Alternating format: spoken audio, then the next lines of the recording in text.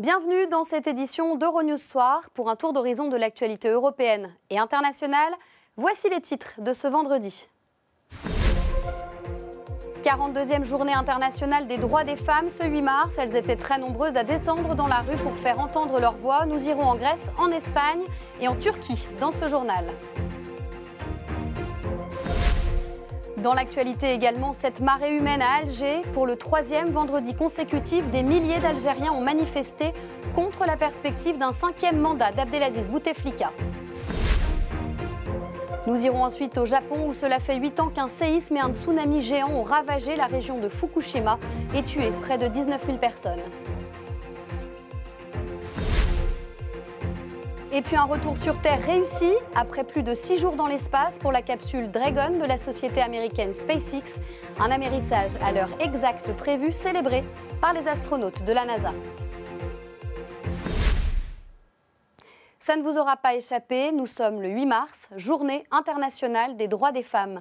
De Madrid à Istanbul, en passant par Athènes, elles sont massivement descendues dans la rue pour se faire entendre, dénoncer les inégalités salariales ou les violences sexistes, unies pour défendre la cause féminine. Stéphane Amalian. Des manifestations aux 4 coins de l'Europe pour la journée des droits des femmes. Avec un thème, Balance for Better, un plaidoyer pour une société plus équilibrée entre les deux sexes. À Madrid, le contexte est particulier avec l'entrée probable du parti d'extrême droite Vox au Parlement national qui souhaite abroger les lois sur les violences sexistes. Nous descendons aussi dans la rue contre la précarité et l'austérité. Le 8 mars est un jour important, c'est le jour de tous ces combattants. À Athènes, plus qu'ailleurs en Europe, les syndicats des secteurs publics et privés ont appelé à sortir dans la rue pour dénoncer la discrimination et les inégalités au travail. Nous participons à une mobilisation dédiée à l'affirmation du droit des femmes. C'est très important car nous pensons que les femmes ont été durement frappées pendant la crise.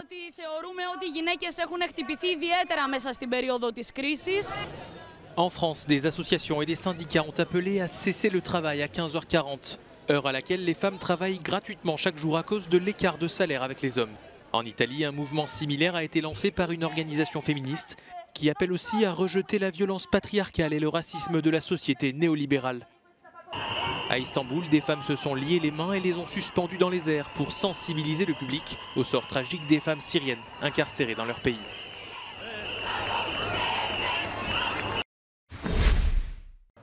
À l'occasion de la Journée internationale de la femme, je reçois sur ce plateau Valérie Thatcher. Bonjour. Bonjour. Alors vous allez marcher 700 km de Lyon à Bruxelles. Vous allez partir dimanche. Oui. C'est une marche pour l'Europe. Expliquez-nous ce projet.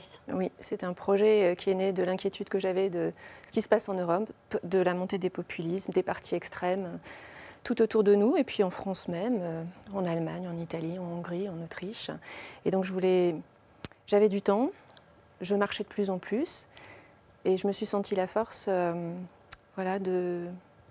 d'engager une action citoyenne. Et je voulais faire passer des messages. Le premier message, c'est on a beaucoup de chance de vivre en démocratie. On a énormément de chance d'avoir le droit de vote. Et nous, les femmes, qui l'avons acquis plus tardivement, en 1944, encore plus. Il y a des gens qui se sont battus pour ça. Il y a des gens qui se battent pour ça aujourd'hui. Faisons vivre la démocratie. Faisons honneur à tous ces gens qui se sont battus et qui se battent aujourd'hui. C'est très important. Vous allez marcher seule. Est-ce Oui. que vous marchez avec une étiquette politique? Non, absolument pas. Mes opinions politiques restent les miennes et je ne les évoquerai pas. Et je ne veux pas entrer en politique. Mon deuxième message, c'est croyez en l'Europe. Parce que l'Europe, elle nous a aidés à reconstruire nos pays après la Seconde Guerre mondiale. C'est un espace de dialogue, c'est un espace de coopération, de projet, c'est un espace de paix. Et la paix n'est jamais acquise. Mais on n'est pas spectateur de l'Europe. C'est nous qui choisissons l'Europe que nous voulons. Si on est spectateur, effectivement, les choses vont se décider en dehors de nous, par une poignée de personnes. Donc vraiment, impliquez-vous, surtout dans ce moment si délicat. Engagez-vous et soyez responsables parce que c'est très important. Et c'est grave ce qui se passe en ce moment. Voilà, moi je suis inquiète. C'est pour ça, je suis vraiment convaincue de ce que je fais. Je suis inquiète de ce qui se passe. Vous avez reçu du soutien quand vous avez décidé de lancer cette marche pour l'Europe? Donc en fait, assez rapidement, j'étais en contact avec le Parlement européen et donc je suis partenaire de l'initiative 7 fois je vote, qui est un ensemble d'actions menées par 150 000 volontaires à travers l'Europe pour sensibiliser au vote du 26 mai. Donc, pour nous, c'est le 26 mai. Vous aviez un message, je crois, à faire passer aux femmes en ce jour. Oui, je voulais dire aux femmes, voyez, moi j'ai 48 ans, j'étais pas sportive. J'espère vraiment arriver au bout de ce défi personnel. C'est aussi un grand défi personnel. Mais les femmes, elles sont tellement fortes, elles sont tellement courageuses. Je voulais leur dire bravo et vive les femmes et vous êtes merveilleuses. Voilà. On vous souhaite beaucoup de courage. Merci d'avoir été avec nous. Et pour clore cette page consacrée à la journée de la femme, je vous propose d'écouter la voix de l'une d'elles. Aïssa Doumara Ngatansou se bat depuis 20 ans contre les viols et les mariages forcés au Cameroun. Elle vient de recevoir le prix Simone Veil en France. Elle est la toute première lauréate du prix Simone Veil. La Camerounaise Aïssa Doumara Ngatansou l'a reçue pour son action en faveur des victimes de viols et de mariages forcés dans son pays à travers son association. Ce prix a été créé par la France en hommage à celle qui fit légaliser l'IVG. À toutes ces survivantes, les rescapées de Boko Haram, les femmes et les filles du monde entier, je dédie ce beau prix. Il est le mien et il est aussi le vôtre. Le président Emmanuel Macron en a profité pour annoncer des mesures telles que la création d'une banque pour l'entrepreneuriat féminin en Afrique. Je veux vous annoncer ici que va être créé un fonds doté de 120 millions d'euros afin d'aider les mouvements en faveur des droits et de la condition des femmes. C'est la décision que la diplomatie française porte en l'honneur de cette première édition du prix Simone Veil. Paris propose également d'accueillir en 2020 une conférence mondiale sur les femmes, 25 ans après celle organisée par l'ONU à Pékin. Partons maintenant en Algérie, où des milliers de personnes se sont massées dans les rues de la capitale contre la perspective d'un 5e mandat d'Abdelaziz Bouteflika. Le récit de ce 3e vendredi consécutif de manifestations émaillées de heurts avec Maxime Bios-Duplan. 3e vendredi de manifestation en Algérie, avec cette fois une mobilisation exceptionnelle, comme sur ces images à Alger. Place de la Grande Poste, tous sont venus crier et chanter leur rejet du président Abdelaziz Bouteflika. De nombreuses femmes qui se sont jointes au cortège entendaient se faire entendre en cette journée des droits des femmes.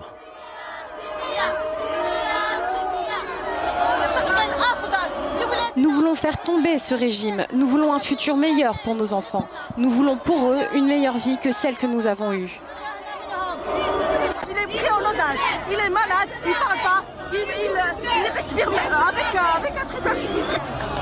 Les services du président Bouteflika, en lice pour un 5e mandat présidentiel, ont lancé jeudi une mise en garde contre les risques de chaos, la fitna en arabe. Mais cela n'a fait que renforcer la détermination des manifestants. Pour l'instant, et c'est l'un des mots d'ordre depuis 3 semaines, tout se déroule dans le calme.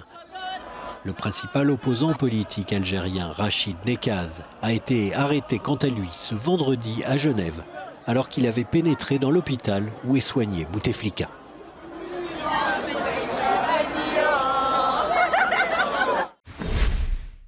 Huit ans après la catastrophe de Fukushima sur la côte nord-est du Japon, où en est le chantier autour de la centrale nucléaire?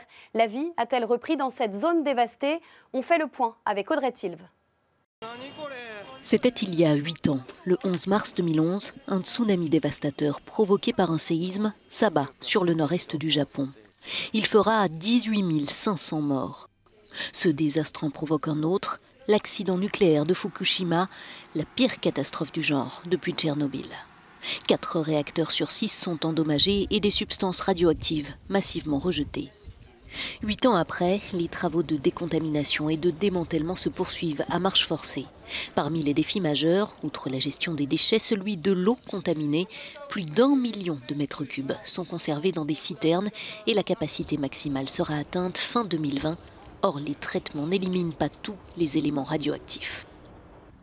En 2011, une zone peuplée de 140 000 personnes avait été évacuée alentour. Aujourd'hui, mettant en avant le programme de décontamination mené, le gouvernement a levé les ordres d'évacuation dans la majeure partie de la zone. Il a mis fin aux subventions des déplacés et pousse les habitants à revenir avant les JO de 2020 qui attireront la presse du monde entier. Mais beaucoup craignent toujours les radiations et se plaignent du relèvement du niveau d'exposition toléré par les autorités. C'est le moment d'agir. Ce sont les mots de Theresa May qui implore Bruxelles de faire un effort supplémentaire avant un nouveau week-end de tractation autour du Brexit. Le temps presse avant le vote crucial de mardi au Parlement britannique. La première ministre britannique Theresa May demande un effort supplémentaire à l'Union européenne pour sortir de l'impasse et trouver une solution au Brexit. Malgré de nouvelles réunions de travail cette semaine, le Royaume-Uni n'a pas obtenu de concession de l'Union européenne dans l'accord de divorce. Dans son discours, la première ministre implore Bruxelles. Les dirigeants européens me disent qu'ils craignent que le temps presse et que nous n'avons qu'une seule chance de bien faire les choses. Voici ce que je leur dis. C'est le moment d'agir. Nous avons travaillé dur ensemble au cours des 2 dernières années pour aboutir à un accord qui prévoit une sortie ordonnée de l'UE, qui jette les bases d'une relation ambitieuse pour l'avenir. Nous avons juste besoin d'un effort supplémentaire pour répondre aux dernières inquiétudes très spécifiques de notre Parlement. Alors que les tractations doivent se prolonger ce week-end à Bruxelles, Theresa May met la pression sur son Parlement pour adopter l'accord déjà négocié et éviter de repousser l'échéance. S'il y avait un délai supplémentaire pour donner plus de temps aux députés afin de décider ce que nous allons faire, l'UE pourrait insister sur de nouvelles conditions qui ne sont pas dans notre intérêt avant d'accepter une telle extension. Cela pourrait conduire à une forme de Brexit qui ne correspond pas à ce que les gens ont voté. Cela pourrait signifier aucune fin à la libre circulation. Et un délai supplémentaire pourrait conduire à autre chose, un deuxième référendum sur le Brexit. De son côté, le leader du Parti travailliste, Jeremy Corbyn, plaide pour éviter à tout prix un Brexit sans accord, alors que de nombreuses entreprises ont décidé de suspendre leurs activités au Royaume-Uni, craignant un divorce brutal avec le continent. Nous ne reculons pas. Ce que nous disons, c'est que la priorité pour le moment est d'empêcher une sortie sans accord. Il y a déjà des conséquences sur les investissements et les grandes entreprises comme BMW, Honda et Toyota, qui sont tous en train de reconsidérer leur position en Grande-Bretagne. Nous vivons une période très grave. Nous n'avons plus besoin de retard ni de tergiversation de la part du gouvernement. Si les députés britanniques rejettent mardi l'accord de retrait, Theresa May leur demandera le lendemain s'ils veulent quitter l'Union européenne sans accord. Si les membres du Parlement rejettent le no deal, la Première ministre leur soumettra jeudi une proposition de report limité du Brexit, initialement prévue le 29 mars. Et puis ce coup de tonnerre en Finlande, avant les législatives du mois d'avril, le gouvernement a présenté sa démission, une décision qui fait suite à son échec pour faire passer un programme de réforme sociale et sur le système de santé. Le Premier ministre finlandais Juha Sipilä a présenté vendredi la démission de son gouvernement de centre-droit, après avoir échoué à faire passer un programme d'austérité qui sème la discorde au sein des gouvernements successifs depuis 10 ans. La coalition gouvernementale composée des partis centristes, de la droite et du parti eurosceptique Réforme Bleue n'est pas parvenue à un accord pour présenter un projet de loi au Parlement. Juha Sipilä souhaitait réduire le coût de la politique sociale en Finlande, alors que 25% de la population aura plus de 65 ans d'ici 2030. Mais son programme très impopulaire a rencontré une forte opposition dans un pays dont l'État-providence est l'un des plus généreux au monde. La démission du gouvernement intervient quelques semaines avant des élections législatives prévues le 14 avril. Le gouvernement continuera à gérer les affaires courantes jusqu'à la formation d'un nouveau cabinet. Un mot d'économie. Après Honda au Royaume-Uni, le groupe Volkswagen préparerait un plan de réduction de ses effectifs pour faire face au lancement de nouveaux modèles de voitures électriques. Volkswagen se prépare à un nouveau plan de réduction de ses effectifs. La marque allemande serait la seule concernée au sein du groupe, annonce le journal Handelsblatt. Le quotidien économique allemand évoque 5000 suppressions de postes supplémentaires et un programme d'économie de plusieurs milliards d'euros à partir de 2023. L'entreprise n'a pas confirmé cette information. Mais Volkswagen, qui entend augmenter la production de véhicules électriques, ne cache pas être confronté à un problème de main-d'œuvre, alors que la construction de véhicules électriques nécessite moins d'étapes de production. Le patron du groupe était en déplacement cette semaine au salon de l'auto à Genève. Nous pensons que nous nous préparons bien à la transition. Notre stratégie est la voiture électrique. Nous voulons être neutres en CO2 d'ici 2050. Nous pensons que c'est possible. Selon le journal français Les Échos, la marque allemande prévoit de lancer 50 nouveaux modèles électriques d'ici à 2025. Et on termine ce journal avec les images de retour sur notre planète de la capsule Dragon de la société américaine SpaceX, un événement qui ouvre une nouvelle ère de vols spatiaux habités de la NASA. Christophe Garrache. Retour sur Terre réussi pour la capsule spatiale Dragon. Après 6 jours dans l'espace, le petit module développé par SpaceX pour le compte de la NASA a améri vendredi sans encombre dans l'Atlantique, à 370 km au large de la Floride. Un double exploit pour l'entreprise d'Elon Musk. Non seulement Dragon a pu rejoindre la Station spatiale internationale, mais ce périple ouvre surtout la voie à la reprise des vols habités depuis les États-Unis. Pour la première fois depuis l'abandon des navettes spatiales en 2011, Washington peut désormais compter sur une technologie américaine pour envoyer ses astronautes dans l'espace. C'est la fin de cette édition. Merci de l'avoir suivi. L'information continue sur Euronews et les réseaux sociaux. Très bon week-end. À bientôt.